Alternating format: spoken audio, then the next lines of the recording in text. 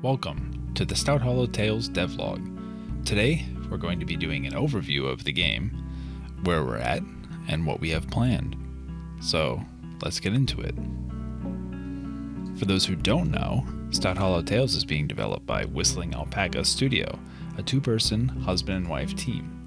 The game we're working on, Stouthollow Tales, is an item shop management role-playing game, which has a heavy focus on story. The first thing I'll talk about is the shop. It's the core of the game. It's where the player returns to every day. They'll come back to their bedroom and rest for the day, and they'll sell all of the wares that they've collected in the shop. The shop is customizable. You can change the furniture that's inside. You can change the pattern of the walls and the floors. You can also upgrade the size of your shop over time. Each customer that visits your shop will have their own unique tastes in what they want to buy. Some customers might be looking for fish, while others might be looking for vegetables. How you can serve that particular customer and what kind of a deal you can give them will determine if they'll become a repeat customer, somebody who comes back and wants to buy from you over and over. Repeat customers will be more willing to pay higher prices for your goods. Lastly, items will trend over time, giving the player the opportunity to stockpile certain items at a cheaper price from vendors. This will allow them to wait for an opportunity for the price to go up, and that'll let them sell it for significantly higher. The fishing feature allows the player to fish in 4 different bodies of water: the river, the pond, the lake, and the ocean.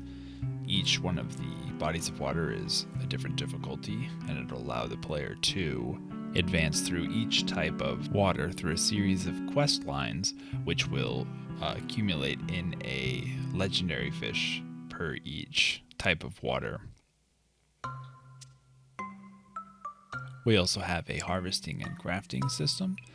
The player can harvest trees from the forest or from the mines, and there's farming fields as well, so the player can farm and craft food items.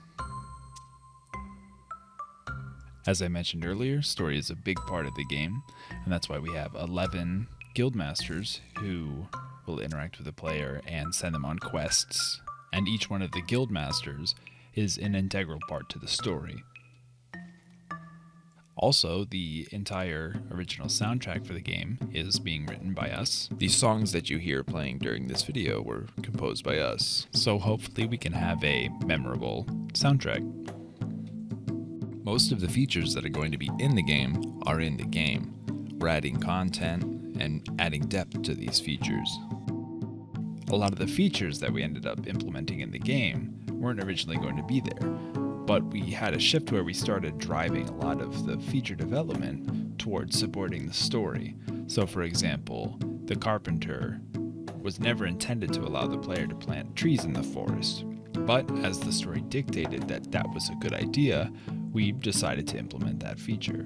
And of course, the game is better for it.